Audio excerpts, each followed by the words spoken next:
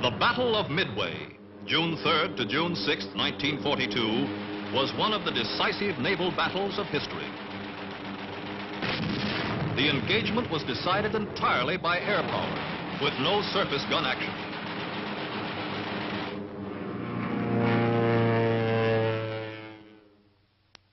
At Midway, the Japanese repeated the pattern of the Coral Sea 1 month before. They approached in widely separated groups, seeking to draw out the American forces, and included a secondary operation, the Aleutians.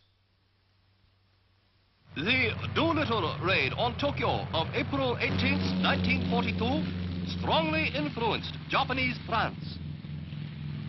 The Japanese High Command accelerated their advance into the Solomons and New Guinea. Further advances were planned to include New Caledonia, the Fiji Islands, and Samoa. These to be followed by the capture of the strategic island of Midway and the occupation of the Aleutians. Many of these objectives had been set forth in previous plans.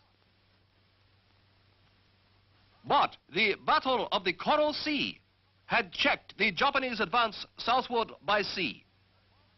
The advance to the eastward was then ordered by Imperial headquarters. Thus, the lines of American communication would be cut, the areas west of Pearl Harbor would be denied, the balance of naval power in the Pacific would be upset. The Japanese Commander-in-Chief Combined Fleet felt that as a result of Pearl Harbor, the American fleet was temporarily inferior. But the American industrial potential made a fleet action imperative on the part of Japan. The approaches to Japan must be strengthened. By departing from their established naval policy of holding their fleet in Japanese-controlled waters and threatening something the Americans prized, the Americans might then feel compelled to commit their weaker forces and thus be brought to a vulnerable position. Thus, he hoped to bring off a decisive battle near Midway. Preceding the Midway attack by 1 day, there was to be reconnaissance in force against Dutch Harbor, which was to be struck a paralyzing blow to cover the seizure of Edak, Kiska, and Attu. This move would act as a diversion to Midway. Kiska and Midway could be used as bases for barrier patrols to detect any surprise penetration toward the heart of the empire. The Japanese commander believed that there would not be any powerful American units with carriers near Midway. He believed that the Americans patrolled daily west and south of Midway at a radius of 500 miles, but were not as vigilant in the northern area. The Japanese commander of the Aleutian forces believed that at Dutch Harbor there were considerable military installations and patrol craft, but he felt it could be captured easily. He also believed that Kiska and Attu had military installations and patrol craft. He estimated that normally there were 20 patrol planes and 10 fighters at Dutch Harbor. That 2 squadrons of patrol planes were in Kodiak and 1 squadron at Sitka. This was a fair estimate, but his failure to learn of the newly constructed Army airfield at Fort Glenn on Umnak Island had an adverse effect on the conduct of his operations.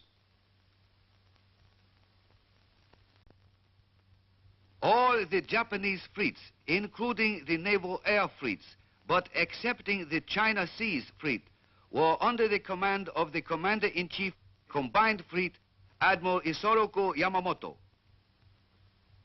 For the Midway operation, the Combined Fleet was organized into 6 coordinate task forces: Mobile Force, Main Force, Midway Occupation Force, Northern Force, Base Air Force, and the submarine force. The Japanese forces proceeded toward their destination more or less independently. The Mobile force left Hiroshima Bay May 26. At a point 450 miles southeast of Tokyo, it rendezvoused with its supply units.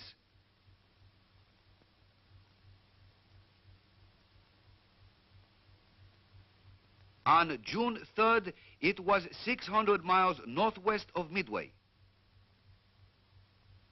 The main force also departed Hiroshima Bay May 26th.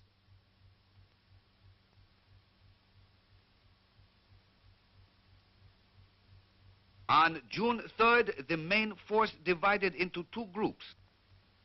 The main group and the Aleutian support group, which headed toward the Aleutians. The Midway occupation force left Japanese waters in widely separated groups. The minesweeper group departed Saipan May 25th for Midway via Wake Island.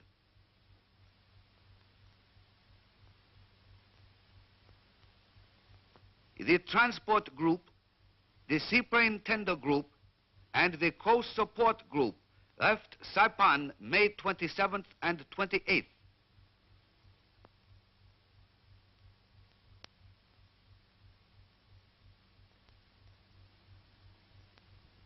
The Second Fleet Group left Japan May 28th.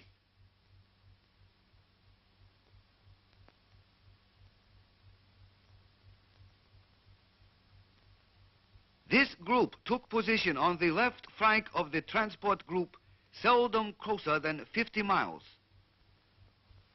The northern force left Japanese waters in three separate groups. The Second Mobile Task Group left Honshu Bay May 25th and headed for a point 400 miles from Dutch Harbor.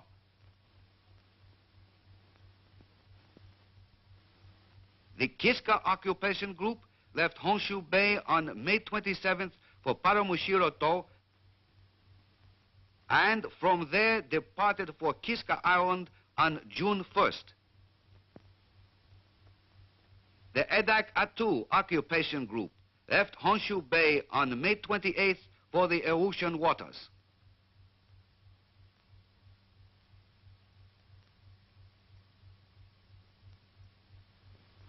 These were the positions of the Japanese forces at 0900 June 3rd. These were the American forces in that area at that time. Throughout this film, the movements of the Japanese forces will be shown in black, the American forces in white. The broad Japanese plan for the Midway operation appears sound, but the wide deployment of the principal forces does not appear sound. The main force could not support the mobile or the occupation force unless they retired upon the main force, which was 600 miles to the westward of the mobile force and an equal distance to the northwestward of the occupation force. The deployment of the northern force was well planned.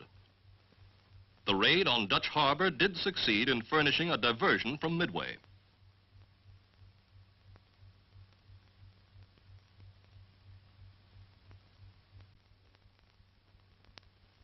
Admiral Chester W. Nimitz, Commander-in-Chief, U.S. Pacific Fleet, CINCPAC, was directed on April 3rd to assume command of all the armed forces in the Pacific Ocean area. Early in May, intelligence reached CINCPAC that caused him to believe the Japanese planned an invasion thrust at Midway and the Aleutians early in June. This information was remarkably complete. CINCPAC not only considered that he knew of the projected operations, but also he had quite comprehensive information of the strength of Japanese forces involved, their general direction of approach, and the approximate date on which each phase of the operation was to be launched. Commanding Officer Naval Air Station, Midway, expected that the Japanese carriers would not launch their planes at a greater distance than 200 miles. A search to 700 miles, the limiting radius of a PBY under bomb load, seemed adequate to meet this condition. He placed in operation a 22-plane search with PBYs. These searches were augmented by an 800-mile search from Oahu and a 700-mile search from Johnston Island to cover probable approaches to Pearl Harbor. Commanding Officer Naval Air Station, Midway, also knew that ordinarily an area of reduced visibility could be expected about 300 to 400 miles to the northwest of Midway. He felt that the Japanese commander, after leaving bad weather, would wait for dawn to fix his position before launching planes. Since dawn was about 04:15, the Japanese might be expected to strike Midway at 0600. The Japanese actually struck at 0630, June 4th. CINCPAC's commander in Aleutian waters had received intelligence on May 28th that the Japanese had one task group earmarked for the capture of Kiska and another for Attu. But he feared that this information was a deception to draw the American naval forces westward so the Japanese could move in behind them. He estimated that the most probable area of a Japanese landing would be the Umnak Dutch Harbor Cold Bay area, and decided to defend this area. His freedom of action was apparently seriously affected, as he was forced to rely upon land-based aircraft for the essential protection of his ships. The number of his airplanes was limited. Also, there were no airfields west of Fort Glenn. In addition, the distances between his naval surface forces and the bases from which his supporting aircraft operated, plus the almost total lack of darkness in a military sense, which darkness affected his ability to move without detection, all complicated his problem. His overall plan for the defense of Alaska appears sound, but his means available were not adequate. The sending of surface forces to the Aleutians was a difficult decision. CINCPAC believed Midway was the primary objective, and here he should maintain strength. But the Aleutians were the gateway to Alaska. If seized, American morale would suffer. Corregidor had fallen only 3 weeks before.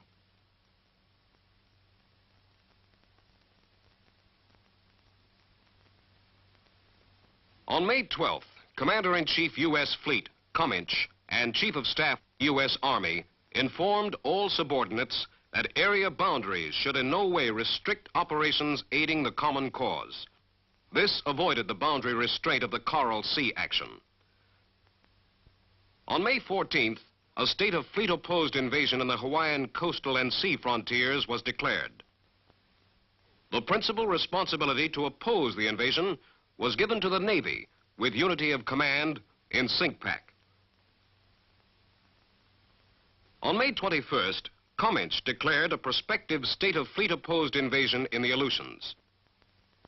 At the same time, CINCPAC formed Task Force 8, the Northern Pacific Force, under command of Rear Admiral Robert A. Theobald, U.S. Navy, to oppose advance of the enemy in the Aleutian-Alaskan area. Commander Task Force 8 designated the Naval Air Detachment, Alaskan-Aleutian Area, as Task Group 8.1, under command of Captain L.E. Gehrys, U.S. Navy, and the 11th Air Force as the Air Striking Group, Task Group 8.3, under the command of Brigadier General S.B. Butler, U.S. Army.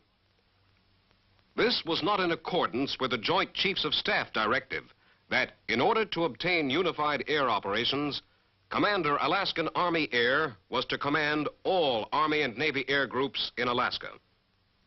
By this division of command, unity of command of all air forces in Alaska ceased to exist. Task Force 1, composed of the old battleships, was located at San Francisco. It took no active part in the battle. Commander Task Force 11, Rear Admiral Aubrey Fitch in the Chester, was anchored at San Diego June 3rd, arriving from Tongatabu June 1st.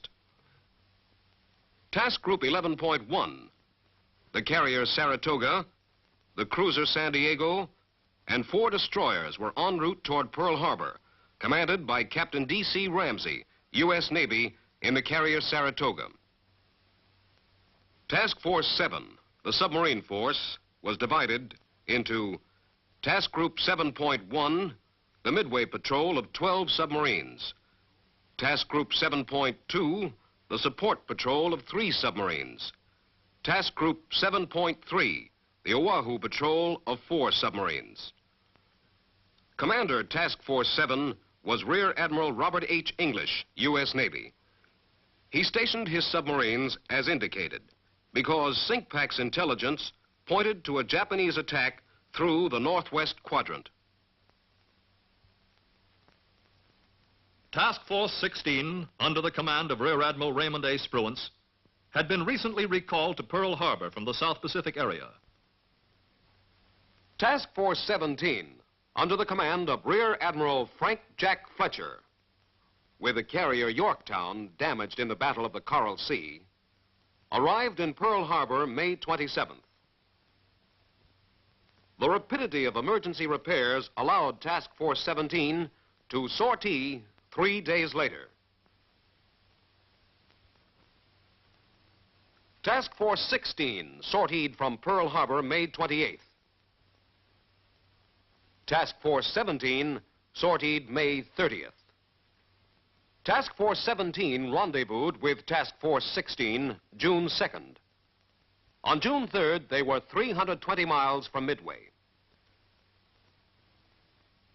The 2 task forces operated independently. It was then believed that a 1-carrier task group could maneuver better under air attack and avoid collisions. This striking force, Task Force 16 and Task Force 17, was the main opposition to the seizure of Midway. Its air groups were well trained, although the Hornet crew lacked combat experience in the Pacific. SINCPAC placed this striking force where he could either outflank the expected Japanese forces or transfer it to the Aleutians. Cominch directed SINCPAC to oppose the Japanese forces by attrition tactics only and not to unduly risk cruisers and carriers. In compliance, SINCPAC directed his striking force commanders to be governed by the principle of calculated risk. The avoidance of exposure to attack by superior forces without good prospect of inflicting greater damage to the enemy.